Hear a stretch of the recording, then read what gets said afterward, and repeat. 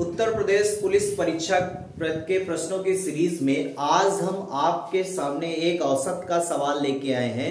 जिस औसत के सवाल को अभी तक आप फार्मूले बेस पे लगाते थे, उस फार्मूले बेस को आपको दरकिनार करके उस मेथड को यहां पर अप्लाई करना है, जिस मेथड को आप अभी तक पिछली क्लासों में जान चुके हो, समझ सके हो। ठीक है, उस मेथड का नाम है एलिगेशन। क्या नाम है? एलिगेशन। एलिगेशन को हिंदी में कहते हैं मिश्रण का नियम। किसका नियम कहा जाता है? मिश्रण का नियम। प्यारे बच्चों, ये जो मिश्रण का नियम होता है ना, ये तब लगता है जब दो अलग अलग चीजें दी हो और उसका एक मिक्सअप भाग दिया हो। दोबारा सुनिएगा, जब कभी भी दो अलग अलग चीजें दी हो और उसका एक मिक्सअप पार्ट दिया हो, तो वहां पर एलिगेशन के मेथड को आप आसानी से लगा सकते हैं। ठीक है, देखिए जो लोग एलिगेशन के बारे में जानते हैं ना, वो सवाल पढ़ के ही समझ जाते हैं कि भाई यहाँ पर क्या मेथड अप्लाई करना है। ठीक है, तो आप विश्वास मान के चलो कि अगर एक दो सवालों में आप इस मेथड को प्रैक्टिस में अगर ला पाएंगे, तो ये विश्वास मान के चलिए कि आपके सामने अगर इससे संबंधित कोई भी प्रश्न मिल गया, तो आप पढ़ के ही एक लाइन में उसका आंसर देने के लिए हर समय तैयार रहेंगे। ठीक है, लेकिन इस मेथड को आपको कैसे समझना है, सवालों में उस चीज को आपको ध्यान से देखना पड़ेगा, समझना पड़ेगा। ठीक है, जैसे ये सवाल आपके सामने एक एवरेज का दिया है, देखिए इसके बारे में पढ़ा जाए क्या दिया है। देखिए लिखा है कि एक अनुभाग ए है जिसमें 32 लड़के हैं जिनका एवरेज 60 है। ठीक, इसके बाद एक अनुभाग बी है जिसमें 40 लड़के हैं और जिनका एवरेज आपका 33 दिया है। अब आपसे कह रहा है कि दोनों को मिलाने पर देखो यहीं से सवाल पकड़ा जाता है। भाई उसने कहा दोनों को मिलाने पर, तो इसका मतलब तुरंत आपका दिमाग चमक जाए। क्या हो जाए?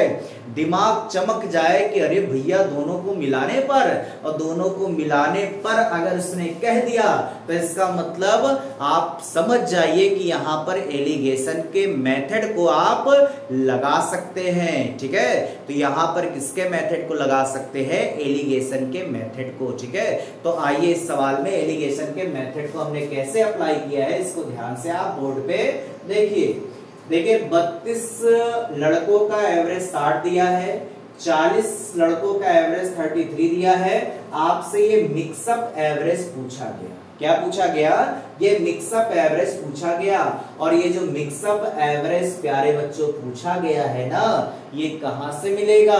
अरे यहां से मिलेगा। ये जो चार ऑप्शन आपको दिख रहे हैं ना, इन्हीं से ही देख के आप आंसर लगा सकते हो। ठीक है, तो जरा दिमाग से एक बार इसको दोबारा समझिएगा। हम क्या करेंगे कि पहले ये जो ऊपर वाले संख्याएं दी हैं, इसको थोड़ा शॉर्ट टर्म में आप लिख लेंगे। देखिए 8 से काटेंगे तो ये 4 बार जाएगा, 8 से काटेंगे तो ये जाएगा 5 बार। भाई 8 चौक 32, 8 पंचे 40। क्लियर है? तो कहने का मतलब ये है कि यहाँ पर एक ऐसा मिक्सअप मान रखना है कि जिनमें अगर इनका बारी बारी से डिफरेंस निकाला जाए, तो ये 4 और 5 के बराबर आ जाए। क्लियर है? तो एक चीज और आपको ध्यान से समझना है कि यहाँ पर जो ये वैल्यू बीच वाली रखी जाती है, जब एलिगेशन का मेथड लगाते हैं, तो ये जो बीच वाली वैल्यू होती है वो एक वैल्यू से ज्यादा होती है और एक वैल्यू से कम होती है। ज्यादा और कम का मतलब है कि ये जो ऊपर वाले नंबर दिए हैं, इनमें से 33 से ज्यादा होगी और 60 से कम होगी। ये बिल्कुल कंफर्म है। क्लियर है? तो अब ऑप्शन से चेक करने का प्रयास किया जाए। तो देखिए जैसे हमने पहला ऑप्शन 44 यहाँ पे रख के चेक किया, तो अगर आप 44 रखेंगे तो 44 और 33 को घटाओगे तो 11 आएगा। क्लियर है? क्या ये 11 कहीं ऊपर आपको दिख रहा है? नहीं दिख रहा है। इसका मतलब ये जो पहला ऑप्शन है ये बेकार है, इसका कोई मतलब नहीं है, तो ये आंसर आपका नहीं होगा। क्लियर है? अब अगला ऑप्शन आपको दिया है 45, तो अगर यहाँ पर 45 रख के चेक किया जाए तो आपको आंसर मिलने के चांस बढ़ जाएंगे।